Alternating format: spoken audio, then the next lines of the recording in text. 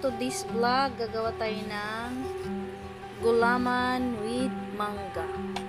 Yan, slicein na natin ang ating mangga. Yan. Dandan lang sa ating kutsilyo kasi baka mahiwa ang ating kamay. Yan. Pagtapos, slicein na natin ng kataas at pababa.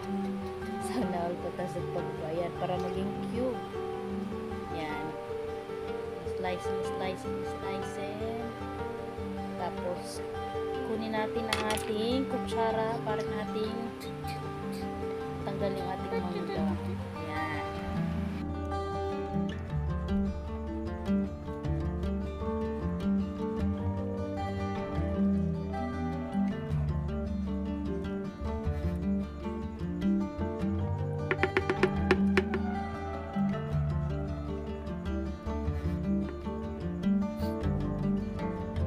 Nating lutuin ng ating gulaman, ilagay na natin sa lagayan para ito ay lumamig, para ating ma-slice. Pagkatapos palamigin.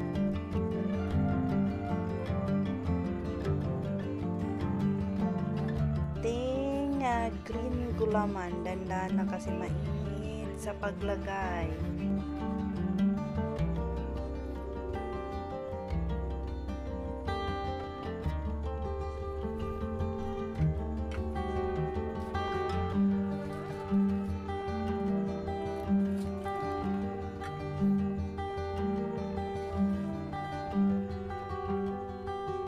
Naman ang ating red na gulaman. Palamigin muna natin para ma-slice na natin pagkatapos.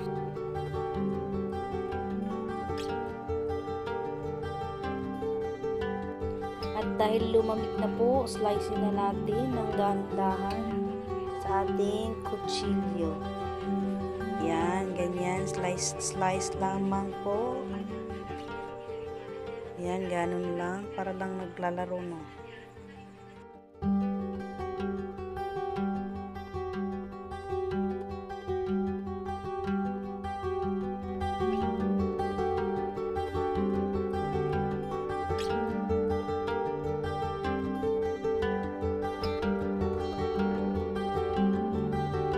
Po mag-slice, pataas at pababa. Ganyan lang po. Yan, slice lang natin hanggang doon sa dulo. Yan. Slicein pa natin para lumiit. At dahil natapos nang ma-slice ang atin ng imikos-mikos ang ating green gulaman. Yan, mikos-mikosin na natin. Yan, mikos. Yan, natapos na magmikos, slicein natin ulit. Slicein natin ng paliit para magandang tingnan, para masarap kainin pag nilagay na sa gulaman with mangga. O diba?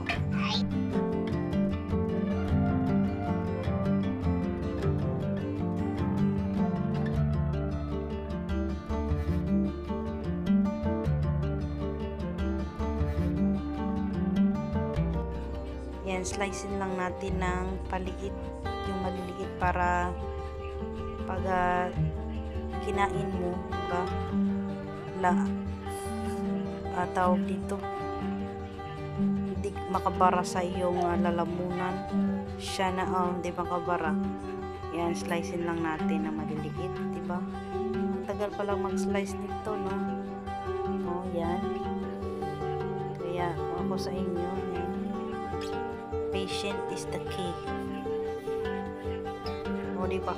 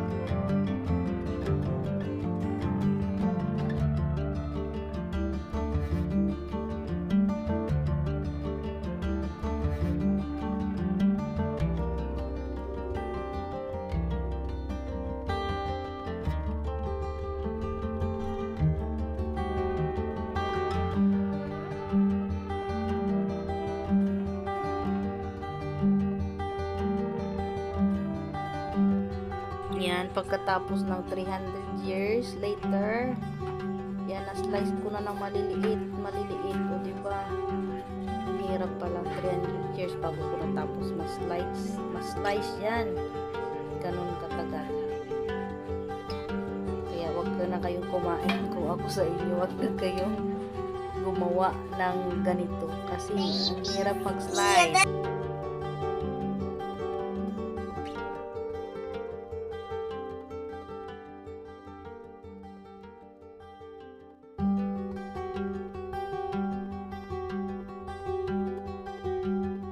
Yan.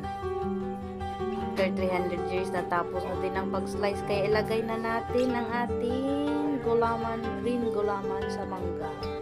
Yan o, ang ganda ng tingnan. O, diba? Dandahanin lang natin sa paglagay. Kasi baka matapos. 300 years ko pa yung ginawa. Diba? Sayang.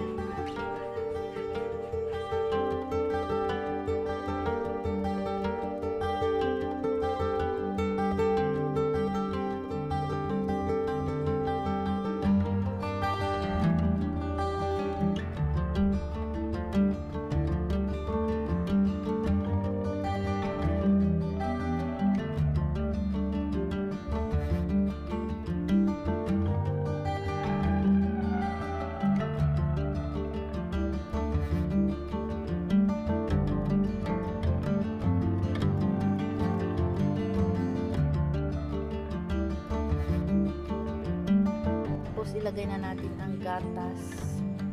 Yan, para sumarap yung ating gulaman with mangga. Yan, di ba? Ang daming gatas. Sarap niya. Yan. Dapat iubusin natin yung gatas para masarap. Tapos ihalo-halo na natin ang ating gulaman at mangga para maging mahalo.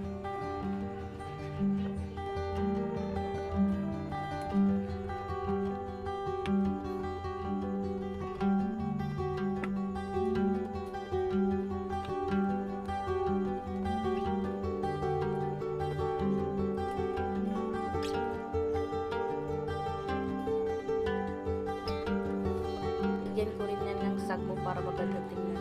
Sarap pa. May mga sago yan. Kaya masarap na yan. Halo-haloin natin.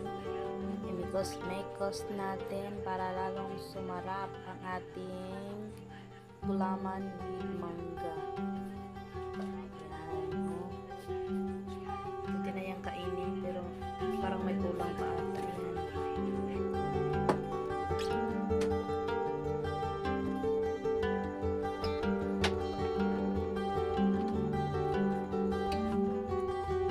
yan. At dahil na halo na natin, lagyan na natin ng yelo para lumamig. Yan, para masarap yan kainin mamaya. And damihan natin ng yelo para malamig. Masarap kainin pag malamig. Yan, diba ang dami ng yelo? Masarap yan mamaya.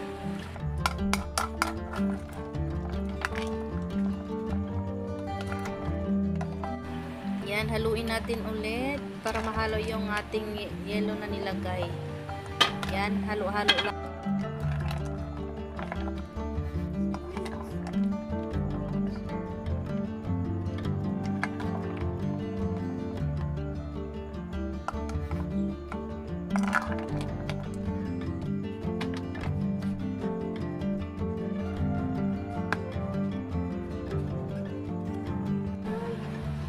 Yan, o diba magic? May kasamang red na gulaman. Hindi ko na pinakitang paano ko ginawa pag-slice sa ating red gulaman. Kasi another 300 years bago ma-slice. Kaya hindi ko na pinakita.